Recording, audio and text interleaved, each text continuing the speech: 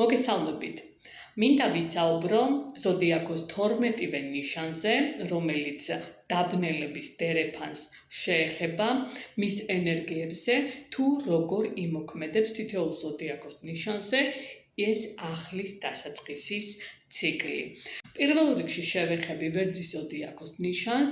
ლომი ვერძებისთვის მეხუთე სახლს ააქტიურებს, ეს არის სიყვარული, ეს არის რომანტიკა, ეს არის შვილები, ეს არის შემოქმედება, ჩვენი თვითგამოხატვა და თვითრეალიზაცია, სასიამოვნო განცდა ამასთან დაკავშირებით, ეს შეიძლება იყოს პერიოდი, როდესაც მინდა რაღაცა ახალი გავაკეთო, ვიცხოვრო ახალი სტილი, მინდა შევქმნა რაღაცა ახალი საინტერესო, ეს იქნება საინტერესო ურთიერთობებში, როგორც ახალი დინამიკა, ზოგთან შეიძლება იყოს საკუთარი ნიჭის გამოვლინება, ადამიანები შეიძლება გამოჩნდნენ თქვენთან და ახალი სასიყვარულო ურთიერთობების დაწყებისთვისაც შეიძლება ახალი ციკლი ჩაიყაროს, ან სასიყვარულო ურთიერთობა, რომელიც არსებული იყო, შეიძლება ახალ ეტაპზე, უფრო საინტერესო ეტაპზე გადავიდეს. რას მიაქციოთ ყურადღება ამ პერიოდში? მიიღებთ მნიშვნელოვან ემოციურ გადაწყვეტილებას ამ პერიოდში, განსაკუთრებით სიყვარულში, ეცადეთ კამათის და დაპირისპირების თემებს ამ პერიოდში მოერიდოთ.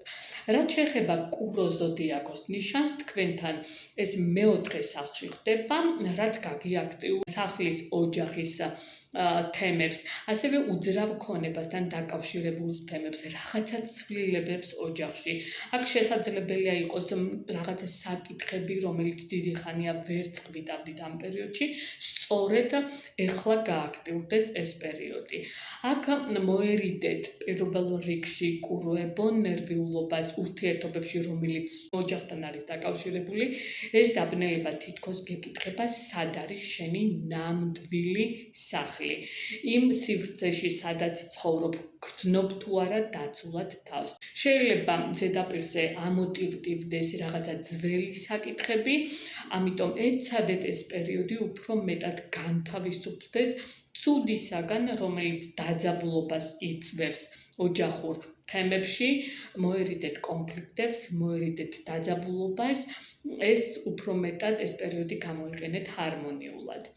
რაც შეეხება ტყუპების ზოდიაქოს ნიშანს, თქვენთან გააქტიურდება მესამე სახლის თემები. იქნება კომუნიკაცია, ეს იქნება გადაადგილებები, საბუთთან დაკავშირებული საკითხები, ახალი გარემოებები, რაღაც სფეროები, რაც გააქტიურებს უფრო მეტ კონტაქტებს, უფრო მეტი ადამიანების შემოსვლას თქვენთან.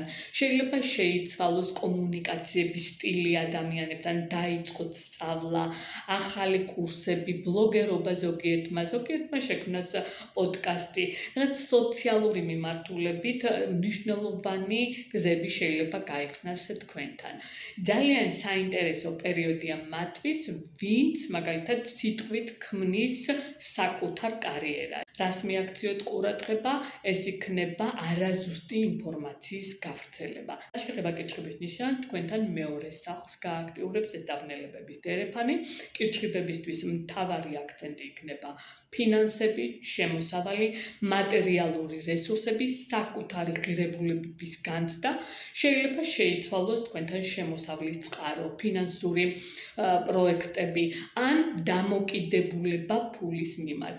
მაგრამ მეორე სახლი მხოლოდ ფინანსები არ არის, აქ გვეკითხება ეს პერიოდი, რამდენად ვაფასებთ საკუთარ თავს, საკუთარ შრომას, ვიღებთ თუ არა იმ საფასურს, რასაც მუშაობ.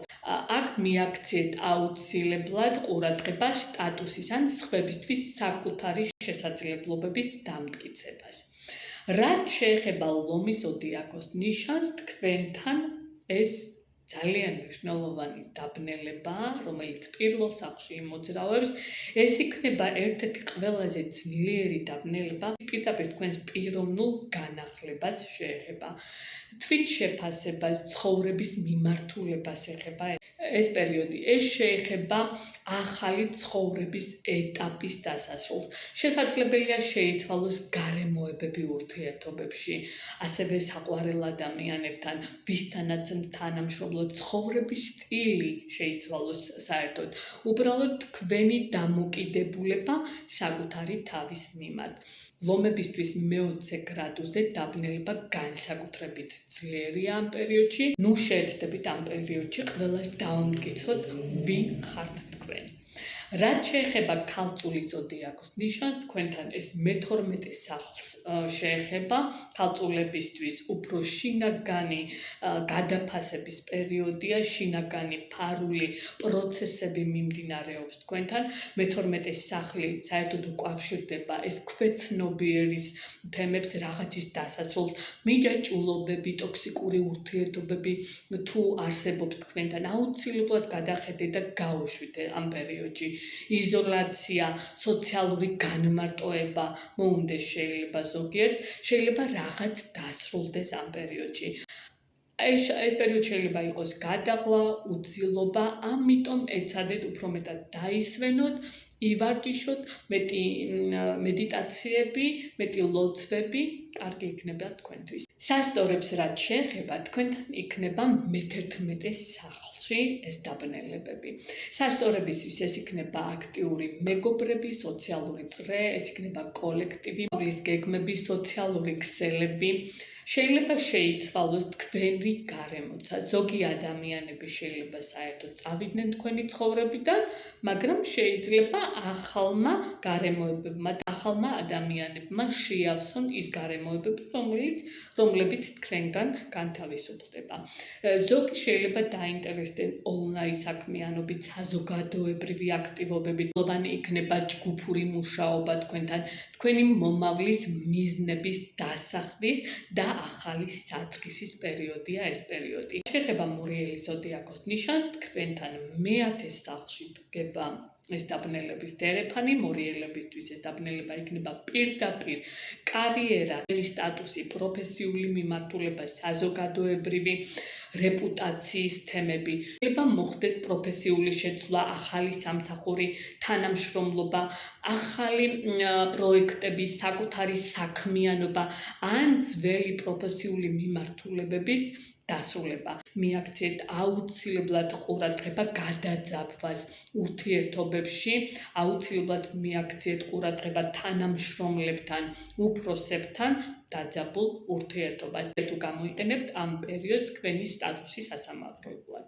შულდოსნებს რაც შეეხება თქვენთან, ეს შეეხება მე-9 სახლს, შეიძლება შეიცვალოს თქვენი მსოფლმხედველობა, უცხოეთში მოგზაურობა, განათლება, სამართლისა და სულიერი თემების ძიების პერიოდი. შეიძლება ახალი პროფესიული კვალიფიკაციის გადაფასება მოხდეს თქვენთან, რომელიც მომავალს შეცვლის. ამ დაბნელებამ შეიძლება დაგანახოთ, რომ ძველი რწმენა უკვე აღარ გემსახურებათ, რას მიაქციოთ ყურადღება ამ პერიოდში, თქვენი შეხედულებები სწორია თუ არა ამ პერიოდში, თქვენი ცოდნა გამოგადგებათ თუ არა ის რაც გაქვთ ამ პერიოდში, თუ უფრო მეტად უნდა გაფართოვდეთ, როცა ძველი პოზიციები დასრულდება ამ პერიოდში, შეიძლება რაღაცა ახალი დაიწყოს. თხიძრქის ზოდიაქოს ნიშანს რაც შეეხება, ეს იქნება მე-8 სახლის თემები. ეს არის ყველაზე ღრმა თემა, საკუთარი ფინანსური ვალდებულებები, ინტენსიურობა, პარტნიორების რესურსები, ინტიმური ურთიერთობები და ფსიქოლოგიური ტრანსფორმაცია.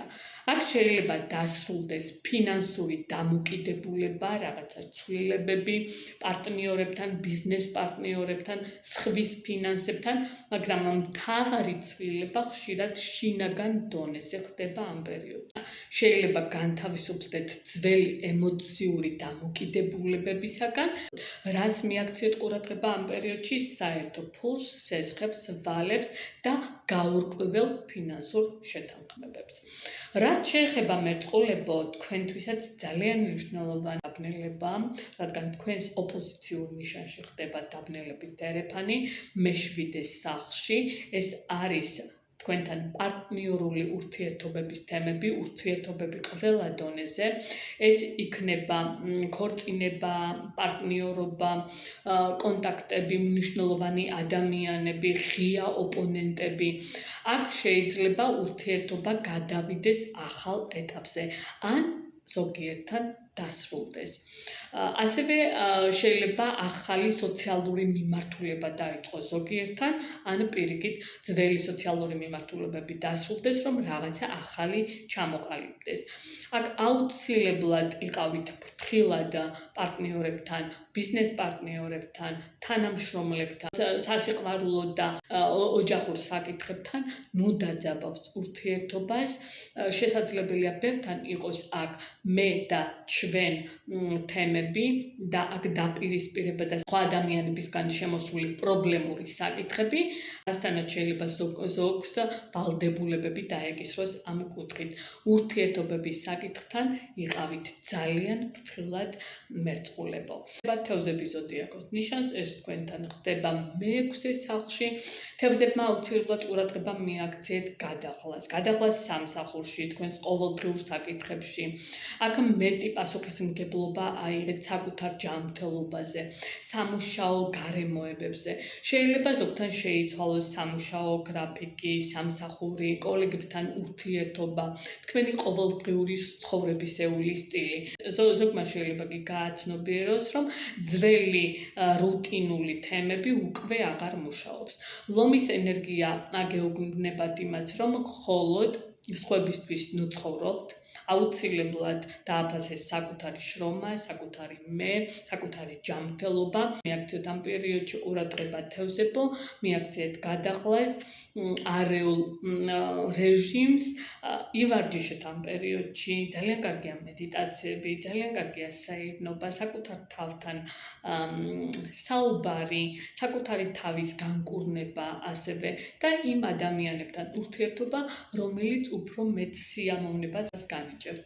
ძალიან კარგია რუტინული თემებიდან თუ გამოხვალთ ამ პერიოდში. წარმატებები მინდა ყველას გისურვოთ, კარგი დაბნელებების ენერგიები თქვენთან, ვისაც გსურთ ჩემთან კონსულტაცია, შეგიძლიათ დამიკავშირდეთ პირადში ან დამირეკოთ მითითებულ ნომერზე და ერთად ვნახოთ, სად ხდება თქვენი დაბნელებების დერეფანი. წარმატებები ყველას!